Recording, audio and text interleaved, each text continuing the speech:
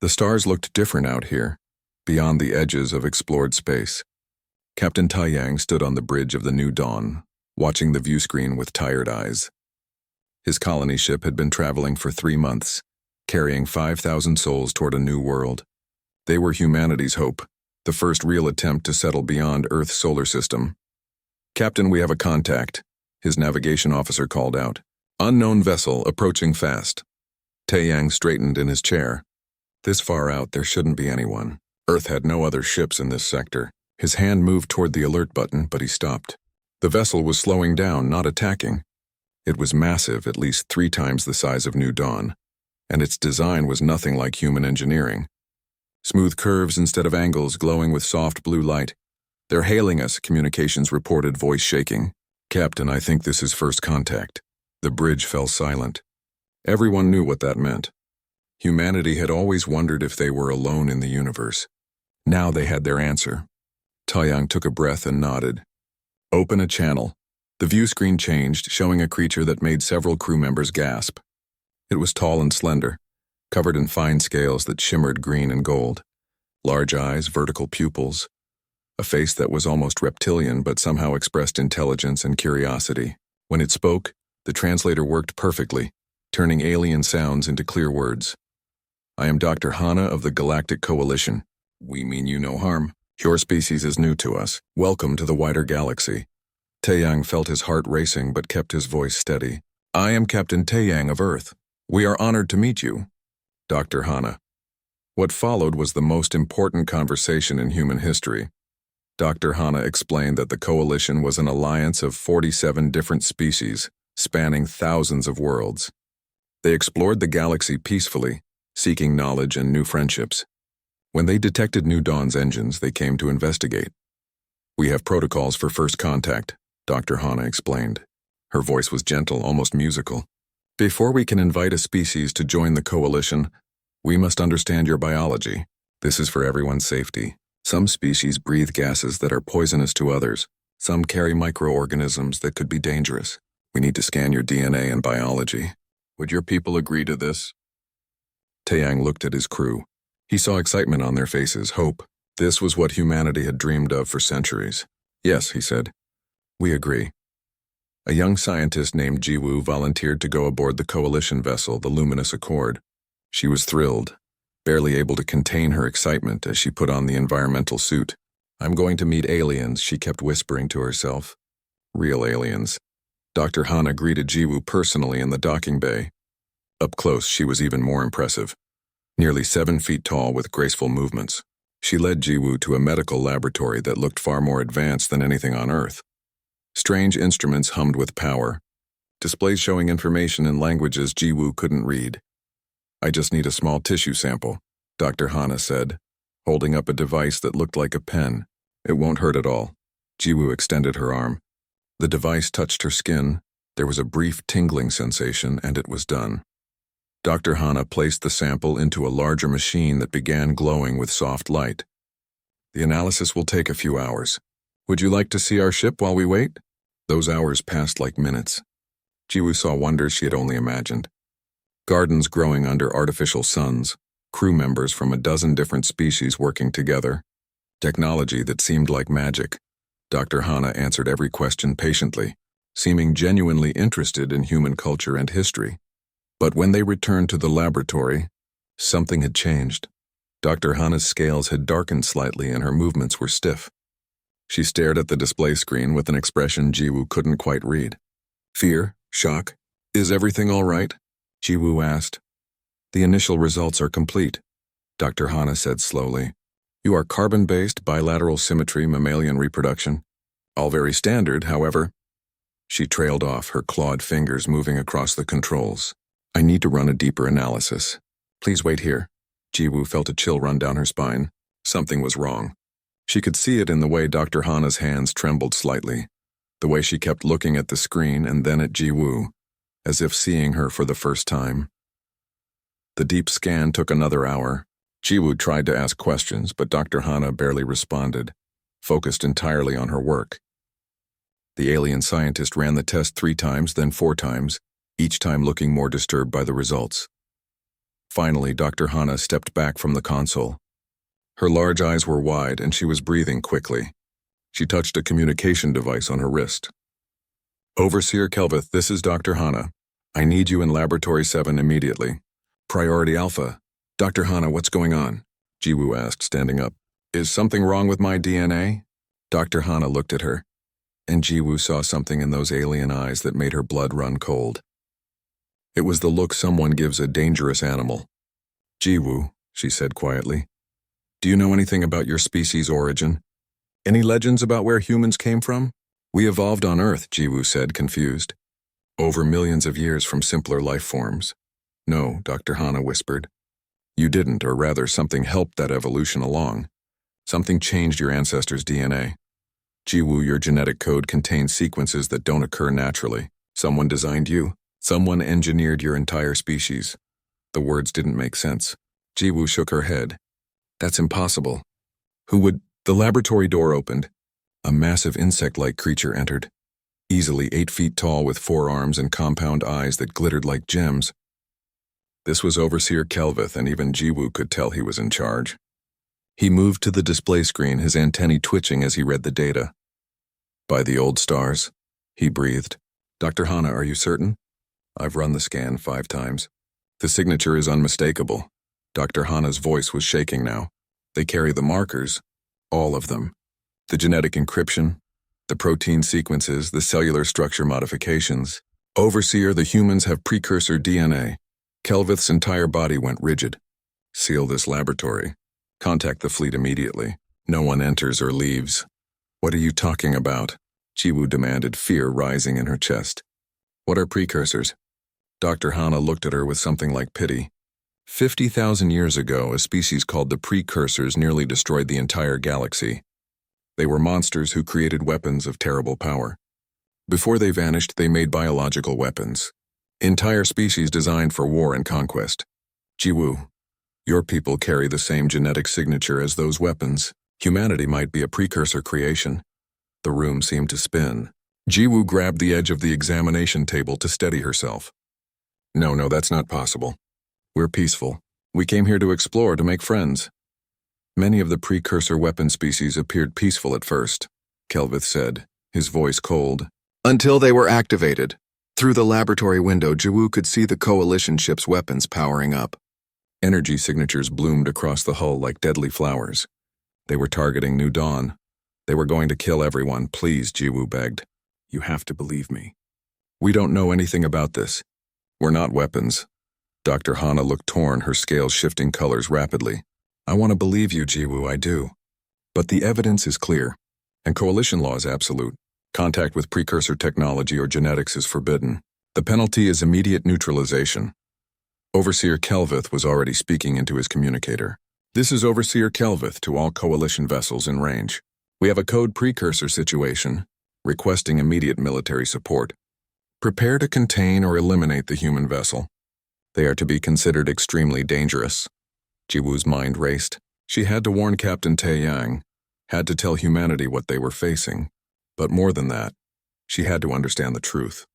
Were humans really created as weapons? Was every human carrying some terrible genetic bomb waiting to explode? She looked at Dr. Hana, at the fear and sadness in the alien's eyes. Whatever humanity was, whatever they had been designed to be, their entire species now stood on the edge of extinction, and they didn't even understand why. Captain Taeyang knew something was wrong the moment his tactical officer spoke up. The coalition ships had moved into a defensive pattern around New Dawn, and their weapons were online. He had been waiting for Jiwoo to return, expecting good news about humanity joining the galactic community. Instead, he was staring at enough firepower to turn his ship into dust. Sir, we're being scanned. Multiple active sensors locked onto our hull, his security officer Hyun reported. The young man's fingers danced across his console, bringing up defensive systems that suddenly felt very inadequate. They're treating us like a hostile contact. Try to reach Dr. Hana, Taeyang ordered, keeping his voice calm even as his mind raced. Find out what's happening. But before communications could respond, a message came through from Earth Command. The encryption was military grade, marked with the highest priority codes. Taeyang moved to his private ready room to view it, and what he saw made his blood turn to ice. The message was from Admiral Park, the head of Earth's defense forces. The Admiral's face was grave, aged beyond his years by whatever news he was about to deliver. Captain Taeyang, we've intercepted Coalition communications. They've discovered something in our DNA. Something we've been keeping secret for the past 3 years. Taeyang gripped the edge of his desk. What secret? In 2244, our best geneticists made a discovery while mapping the complete human genome. There were sequences that didn't make sense, patterns that couldn't have evolved naturally. We thought it was a mistake at first, but the more we investigated, the clearer it became. Captain, humanity was genetically modified by someone or something thousands of years ago. Our DNA contains artificial markers like someone's signature written into our cells. The Admiral paused, choosing his words carefully. We kept it quiet because we didn't understand what it meant and we didn't want to cause a panic. But now the Coalition has found the same thing, and apparently they know what that signature means. Captain, they're calling it precursor genetics, and based on their response, that's very bad news for us. The message ended with orders to maintain peace but prepare for the worst. Taeyang sat in his chair, trying to process what he had just learned. Every human on his ship, every person on Earth, all 8 billion souls of humanity, carried the DNA of something ancient and apparently terrifying to the rest of the galaxy. Back on the luminous Accord, Dr. Hana stood in the command center beside Overseer Kelvith. Around them, holographic displays showed the tactical situation. More Coalition ships were arriving, forming a perimeter around New Dawn. On the main screen, an ancient being shimmered into view, projected from a Coalition archive world light years away. Elder Morin was a crystalline creature, her body made of living minerals that pulsed with soft light. She was over 3,000 years old, one of the few beings still alive who remembered the old warnings. Her voice resonated like wind chimes. I have reviewed Dr. Hana's findings. There is no doubt. The humans carry the complete precursor weapon signature. Elder, what exactly does that mean? Dr. Hana asked. She had been studying the data for hours, and every discovery made her more afraid. I've found genetic locks, activation sequences, enhancement protocols buried in their DNA. It's like their entire species is a loaded weapon. Morin's light dimmed. 50,000 years ago, the precursors were the most advanced species in the galaxy. They were also the most ruthless. They believed they had the right to reshape the universe according to their vision. When other species resisted, the precursors created weapons. A new holographic display appeared showing ancient records. Images of species that looked almost familiar, almost natural, but with something wrong about them. Too perfect, too specialized, too dangerous. The precursors didn't build ships or bombs, Morin continued. They built living weapons. They took existing species and rewrote their DNA, creating creatures designed for war and conquest. Some were enhanced for physical combat, others for infiltration, still others for psychological warfare. Each weapon species appeared natural on the surface, but hidden in their genetics were activation codes. Activation codes? Kelvith asked, though Dr. Hana could tell he already knew the answer and dreaded it. The weapon species would live normally, even peacefully, until specific conditions were met. Environmental triggers, population thresholds, contact with certain technologies. When activated, their true nature would emerge. Suddenly, a peaceful species would become unstoppable killers, driven by genetic programming they couldn't resist. Dr. Hana felt sick. She thought of Jiwoo, locked in the laboratory, confused and afraid. A young woman who seemed so genuinely kind and curious. But Elder, the humans don't seem violent. They approached us peacefully. So did the Velshara, Morin said quietly. A species the precursors created 60,000 years ago before their final campaign. The Velshara were gentle, artistic, beloved by everyone who met them. Then, when their population reached the trigger number, they activated. In 3 days, they killed 7 billion beings across 12 worlds before we could stop them. The command center fell silent. Dr. Hana looked at the data again, seeing the human genome in a new and horrible light. The genetic markers that gave humans their endurance, their ability to heal from terrible injuries, their pack-bonding instincts that let them work together even under extreme stress. These weren't random mutations. They were military specifications. There's more, Dr. Hana said, pulling up another section of data. Humans have an unusual ability to function with catastrophic injuries. Their adrenal system can override pain and fear. Their brains can form tactical decisions under conditions that would leave most species paralyzed. And their endurance is remarkable. They can track prey for days without stopping, maintain focus through exhaustion and hunger. These are all predator adaptations. Persistence hunters, Kelvith observed, built to chase prey until it collapses from exhaustion. But what makes them truly dangerous, Moran added, is their social bonding.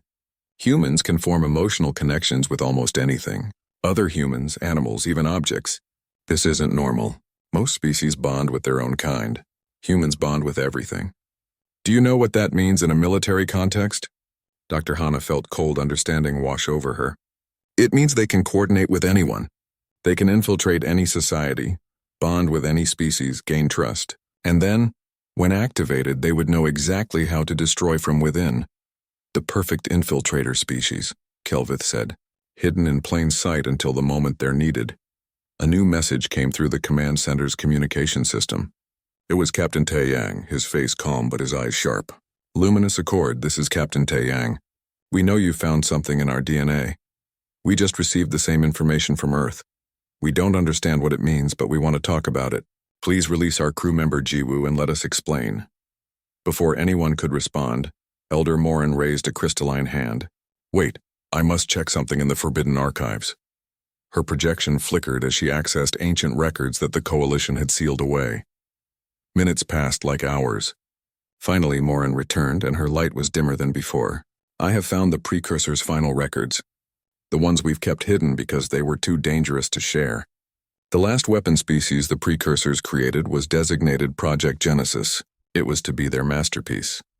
Dr. Hana dreaded the next words. Project Genesis was designed to infiltrate and destroy any civilization in the galaxy. The species would be social enough to be trusted, adaptive enough to survive anywhere, and aggressive enough to fight anything. But most importantly, they were to be intelligent enough to hide what they truly were, even from themselves. Themselves? Kelvith whispered. The weapon species wouldn't know they were weapons, Moran said. They would believe they evolved naturally. They would develop their own culture, their own values, their own dreams. And then, when the activation conditions were met, all of that would be burned away and the weapon would emerge. Dr. Hana looked at the data on human DNA, then at the image of Captain Taeyang still waiting for a response. Elder, what happened to the Precursors? Why did they vanish? Moran's light flickered. We don't know. 50,000 years ago, the Precursors controlled half the galaxy. Then suddenly they were gone. Every world they inhabited was empty. Their technology silent, their weapon species scattered across space. Some of those species eventually destroyed themselves. Others were found and neutralized. Some were never activated and lived normal lives, never knowing what they truly were. Until now, Kelvith said. Until now, Moran agreed. The question before us is simple. Are humans an activated weapon species that has learned to hide their nature? Or are they an unactivated weapon waiting for the right trigger? Either way, Coalition law is clear. Contact with precursor genetics is forbidden. A new signal appeared on the tactical display. More ships were arriving, but these weren't Coalition vessels. They were human. Earth Defense Forces had launched everything they had, knowing their colony ship was in danger. They were hopelessly outnumbered, outgunned, but they were coming anyway. Dr. Hana watched Captain Taeyang's face on the screen. He knew his people were about to die. She could see it in his eyes. But he wasn't begging or threatening. The emergency meeting aboard New Dawn was unlike anything Captain Taeyang had ever experienced. His crew sat in stunned silence as he shared what Earth Command had sent them. 5,000 colonists all learning at the same moment that their entire species might be an ancient bioweapon. I don't believe it, Jiwoo said. She had been allowed to return to the human ship, though Coalition vessels kept their weapons locked on New Dawn. I've studied human biology my whole life. We evolved naturally. The evidence is clear, is it?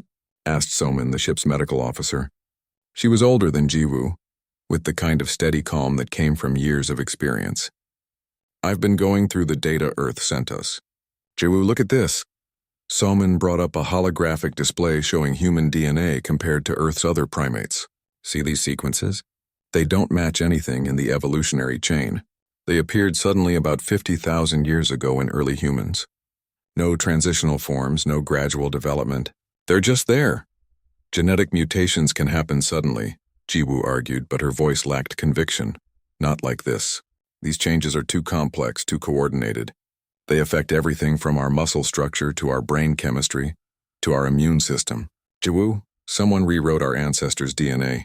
The Coalition is right about that part. The question is what it means.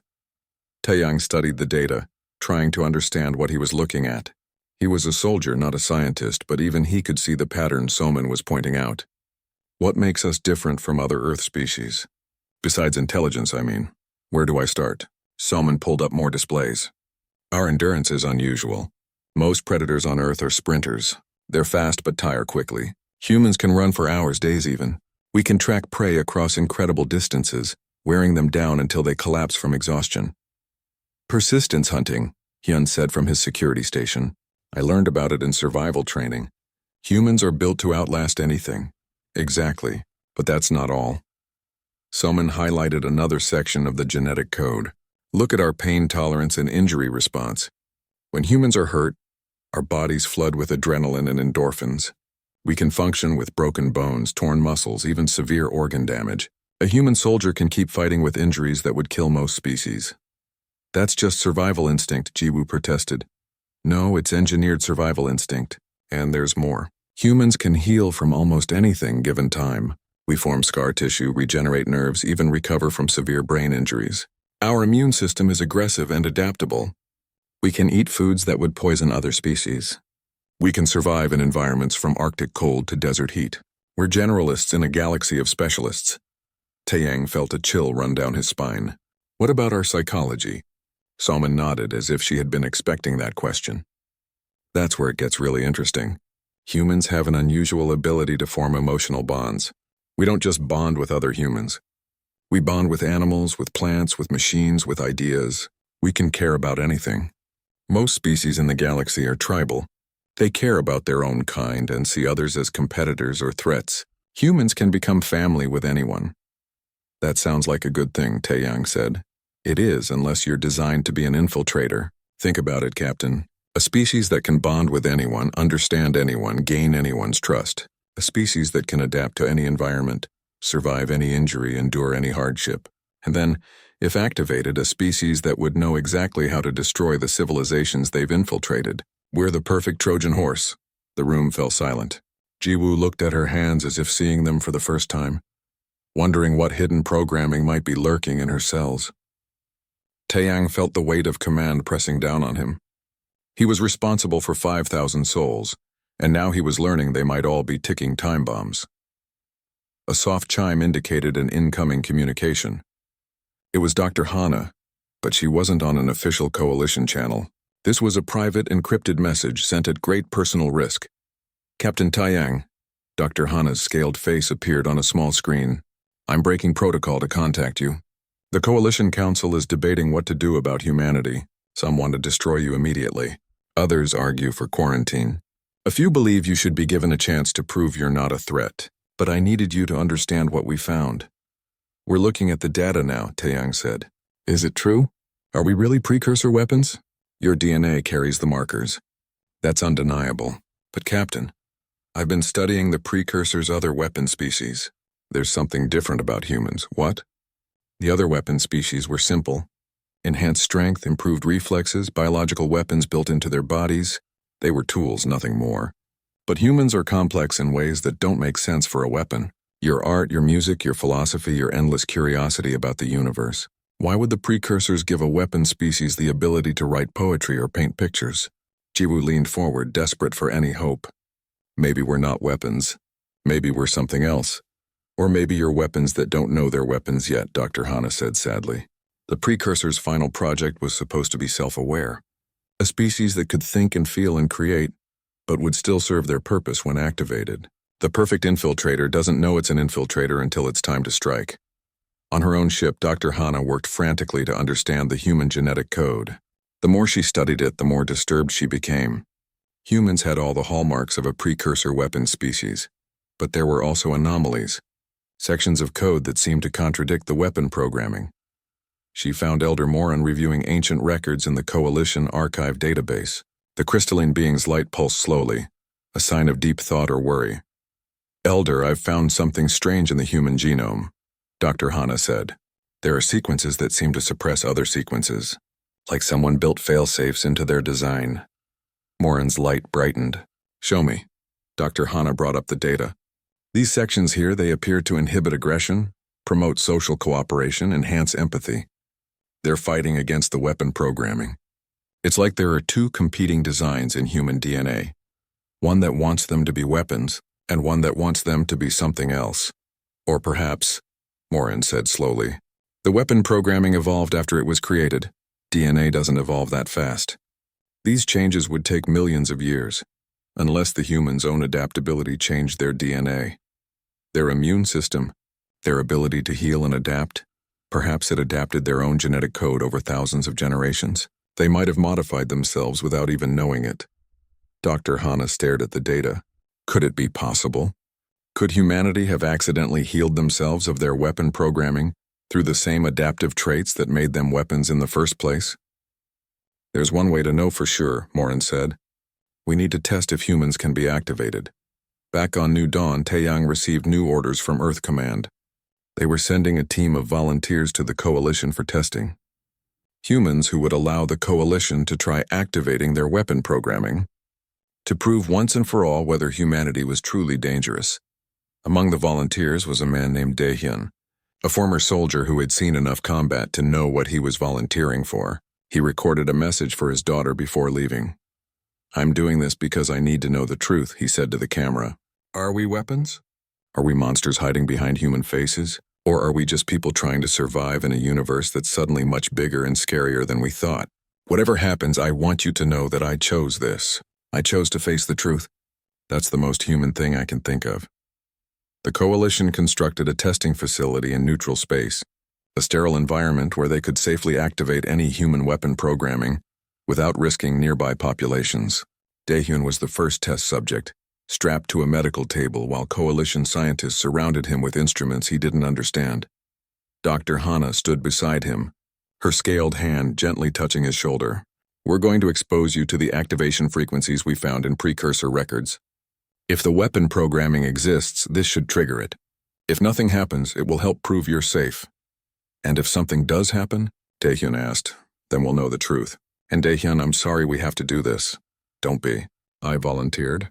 Whatever I am, whatever humanity is, we need to face it. No more hiding. Commander Minji watched from a secure observation room, her hand resting on the controls that would flood the testing chamber with plasma if the human became dangerous. Around the facility, Coalition warships waited with weapons charged, ready to destroy the entire station if necessary. Begin the activation sequence, Overseer Kelvith ordered. The machines hummed to life. Frequencies that human ears couldn't hear filled the chamber, specific wavelengths designed to trigger ancient precursor programming. Daehyun's vital signs spiked immediately. His heart rate doubled, then tripled. His brain activity exploded across the monitors. His genetic markers are responding, Dr. Hana reported, trying to keep her voice steady. The activation codes are being read. His DNA is changing state. In the testing chamber, Daehyun screamed. His muscles locked, his body convulsing as something deep. Daehyun's body was at war with itself. Every cell carried instructions written 50,000 years ago, commands that should have been absolute. His muscles should have become weapons. His mind should have become a tactical computer. His emotions should have been burned away, leaving only the drive to conquer and destroy. That was how precursor weapons worked. That was what the activation sequence was designed to do. But Daehyun was still Daehyun. His teeth ground together hard enough to crack. Sweat poured down his face. His heart hammered so fast the monitors showed warnings about cardiac failure. Yet through it all, his eyes remained clear and focused. He was conscious. He was aware. He was fighting programming written into his DNA. This is impossible, Commander Minji breathed from the observation room. Her forearms were tense, ready to activate the chamber's kill protocols. Every weapon species we've studied becomes a slave to the activation sequence. Their personality is erased, their consciousness suppressed. He should be a weapon right now, not a man. Dr. Hana was too focused on the readings to respond. Her instruments showed Daehyun's genetic markers glowing with activation energy. The precursor code was running perfectly, but something else was running alongside it. Something the Coalition scientists hadn't seen before. Sections of his DNA that weren't part of the original weapon design were active, fighting back against the programming. His neurochemistry is compensating, she said. voice filled with wonder and confusion. His brain is producing compounds that are blocking the activation signals. His immune system is treating the weapon programming like an infection and attacking it. His body is fighting itself, but he's winning. In the testing chamber, Daehyun gasped for air. He could feel the thing inside him, the weapon the precursors had created. It whispered promises of power, showed him visions of conquest, tried to convince him that violence was his true nature. Every instinct screamed at him to give in, to stop fighting, to let the weapon emerge. It would be so easy. The pain would stop. The struggle would end. But he thought of his daughter's face. He thought of the first time he had held her as a baby, feeling the weight of responsibility and love. He thought of his wife, of his friends, of the 5,000 people aboard New Dawn who trusted him to come back. He thought of every act of kindness he had ever witnessed, every moment of beauty, every laugh shared with friends. That was human. That was what he chose to be. "You're not my masters," he whispered. "You're dead, and I'm alive. I choose who I am." The monitors showed something that made Dr. Hana's scales flash bright with surprise. The activation sequence was failing, not because it wasn't strong enough, but because Daehyun's mind had created neural pathways around it. His consciousness had literally rewired his own brain in real time to maintain control. "Stop the test," Dr. Hana ordered. "Shut down the activation sequence now." The machines powered down. The precursor frequencies faded. Daehyun collapsed on the table, gasping and shaking, but still himself. Medical teams rushed in, but he waved them away. "I'm fine," he managed. "I'm still me." Overseer Kelvith stared at the data streams in silence. Finally, he spoke. "Bring in more volunteers. We need to confirm this wasn't a fluke." Over the next hours, 6 more humans went through the activation testing. A young engineer named Bora, an elderly teacher named Kyung, a teenage girl named Mina who had barely been old enough to volunteer. Each one experienced the same thing. The weapon programming activated perfectly. Their bodies responded exactly as the precursors had designed. But their minds remained their own. Every single human fought the programming and won. "It's not a fluke," Dr. Hana reported to the Coalition Council. "Humans can resist their own genetic programming. Not easily and not without cost, but they can do it. They have free will strong enough to override 50,000 years of biological engineering." "Free will," Elder Morin repeated, her crystalline voice thoughtful. "That shouldn't be possible. The precursors were masters of genetic programming. Their weapons never failed. Yet humans are failing to be weapons. Or succeeding at being something else," Dr. Hana suggested quietly. Commander Minji was not convinced. "So they can resist activation for a few hours in a controlled test.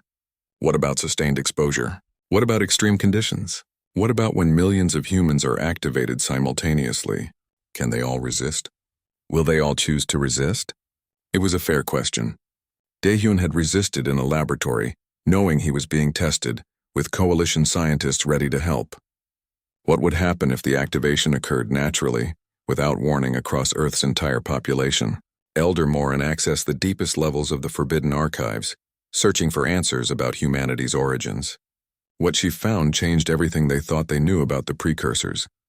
"I have discovered the truth," she announced to the Coalition Council, her light pulsing rapidly, "and it is both terrible and hopeful. The precursors did not vanish mysteriously. They were killed. And the species that killed them was their own creation." The council chamber fell silent. Even Commander Minji's aggressive posture softened into shock. 50,000 years ago, the precursors created Project Genesis. Humans were designed to be the ultimate infiltrator species, capable of bonding with anyone, surviving anything, adapting to any situation. They were supposed to spread through the galaxy, gain trust, and then destroy from within when activated. Morin pulled up ancient records that the Coalition had kept sealed for millennia. Images appeared of a species that looked disturbingly like the precursors themselves, tall and powerful, wielding technologies that seemed like magic. But the precursors made a mistake.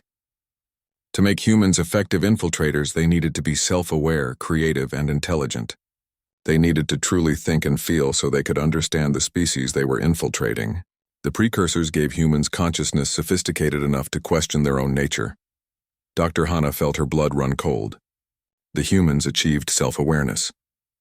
Yes. About 48,000 years ago, Early humans began to wonder who they were and why they existed. They began to notice that they were different from other Earth species in strange ways. They began to question their purpose. And when some of them were accidentally activated by natural phenomena, they saw what they were designed to do. The images shifted, showing ancient cave paintings, humans hunting but also humans fighting creatures that didn't look like any Earth animal. Crude drawings, but the meaning was clear. The first activated humans tried to fulfill their programming.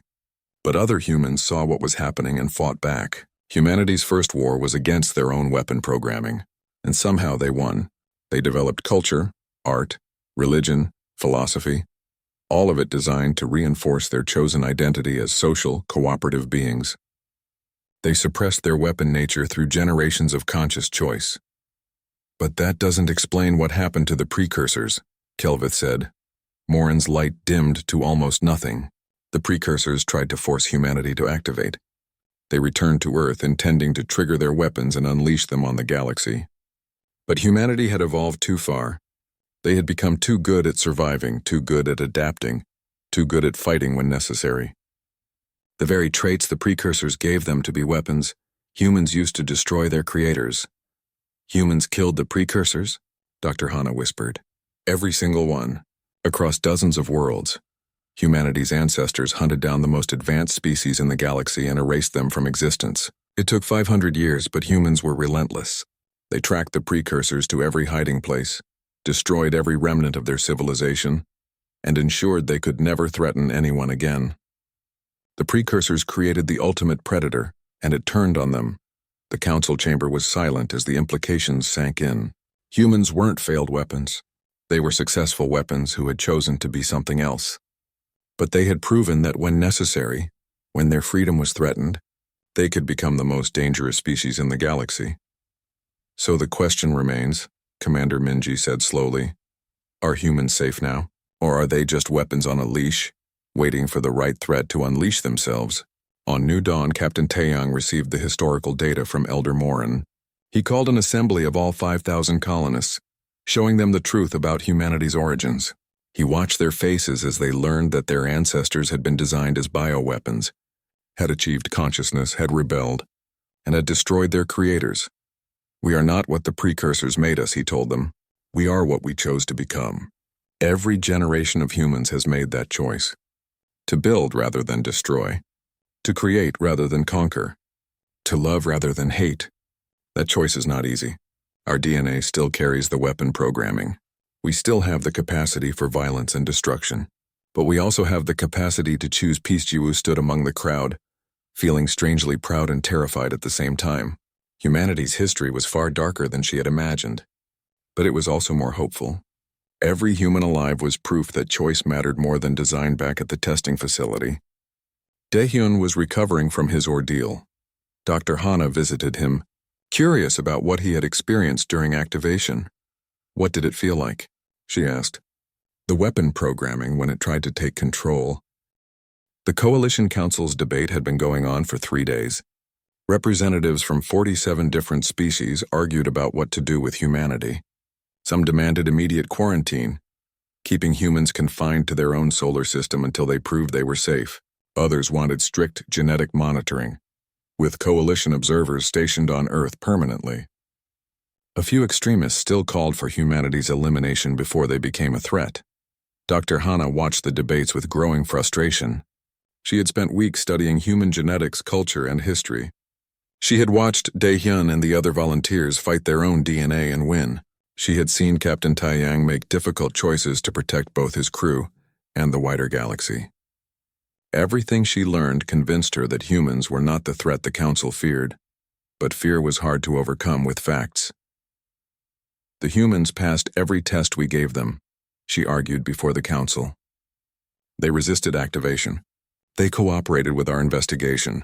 They shared information about their own origins, even though it made them vulnerable. What more evidence do we need? Evidence that they won't change, Commander Minji replied. They resisted activation in controlled tests. But what about in real life? What happens when they face a real threat? Will their weapon programming take over? That's like asking what happens when any species faces a threat, Dr. Hana countered. Every species has the capacity for violence. Humans are just honest about it. Elder Morin's crystalline form pulsed with thoughtful light. The question is not whether humans can be violent. We know they destroyed the precursors. The question is whether they choose violence or choose peace when given the option. A message came through from Earth. Admiral Park had requested to address the Coalition Council directly. The Council agreed, and the elderly human admiral appeared on the main view screen. His face was lined with age and worry, but his eyes were clear and determined. "I understand your fears," Admiral Park said. "You look at us and see weapons. You see the precursor genetic code in our DNA and you're terrified. You should be. We are dangerous. We can be vicious, relentless, and unstoppable when we need to be.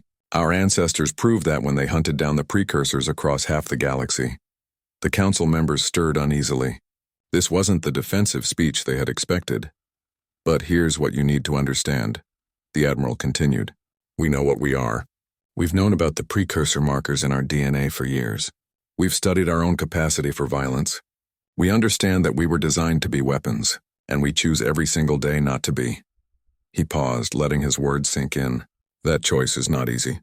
Every human carries the weapon programming. We all feel it sometimes. The impulse to solve problems with force, to dominate rather than cooperate, to take what we want instead of asking.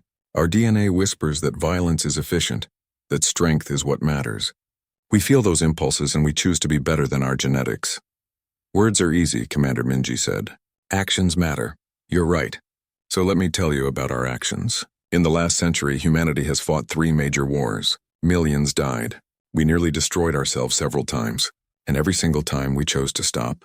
We chose to rebuild instead of continuing the fight. We created the United Earth Government specifically to prevent future wars. We developed our colony program to spread humanity across space, not to conquer it. Every decision we make as a species is a choice to be better than what we were designed to be." Youngji, Earth's diplomatic representative, stood beside the Admiral. She was younger, her voice steadier as she addressed the Council.